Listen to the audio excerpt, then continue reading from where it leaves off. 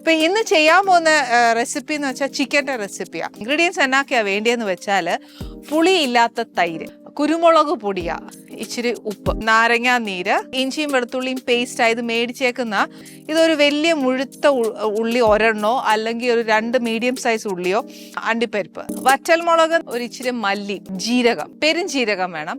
ഇതിപ്പോ ജാതിക്കയും ജാതിപത്രിയും ഉണ്ട്, ഒരു 5 ഏലക്ക, ഫ്രഷ് ക്രീമാണ്, കുറച്ച് പച്ചമുളക്, ബോൺലെസ് ചിക്കൻ ആണ്. ആ ചിക്കൻ ഒന്ന് മാരിനേറ്റ് ചെയ്ത് വെക്കണം. ആദ്യം കുറച്ച് തൈര്, ഒരു ഇച്ചിരി കുരുമുളക് പൊടിയ, ഇച്ചിരി ഉപ്പ്, ഒരു 3/4 ടീസ്പൂണോളം ഇഞ്ചിയും വെളുത്തുള്ളിയും, ഒരു നാരങ്ങയുടെ നീര്.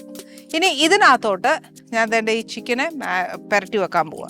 അപ്പൊ ഫസ്റ്റ് എന്നാ, നമുക്ക് ഈ ഉള്ളിയില്ലേ, അരച്ചു വെച്ചിരിക്കുന്ന ഉള്ളി ഒന്ന് വഴറ്റിയെടുക്കണം. നമുക്കൊരു ചെറിയ മസാല ഡ്രൈ റോസ്റ്റ് ചെയ്യണം.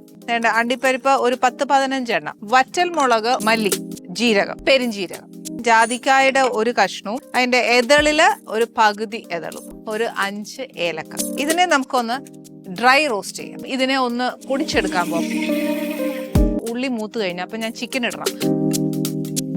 ഇച്ചിരി മഞ്ഞ ഇടുവാണേ. ഞാൻ ഈ മസാലയും കൂടെ ഇതിനകത്ത് ഇട്ടിട്ട് ഇവരെല്ലാവരും കൂടെ ഒരുമിച്ച് വെന്താൽ മാത്രമേ ആ കറിക്ക് ഒരു രുചി ഉണ്ടാവത്തുള്ളൂ. അപ്പം ഞാനൊരു ഇച്ചിരി വെള്ളവും കൂടെ ഒഴിച്ച് വെച്ച് കുറച്ച് പച്ചമുളക്, 1 സ്പൂൺ ക്രീമും കൂടെ ചേർക്കാം. ഇത്രയേ ഉള്ളൂ ചിക്കൻ കറി.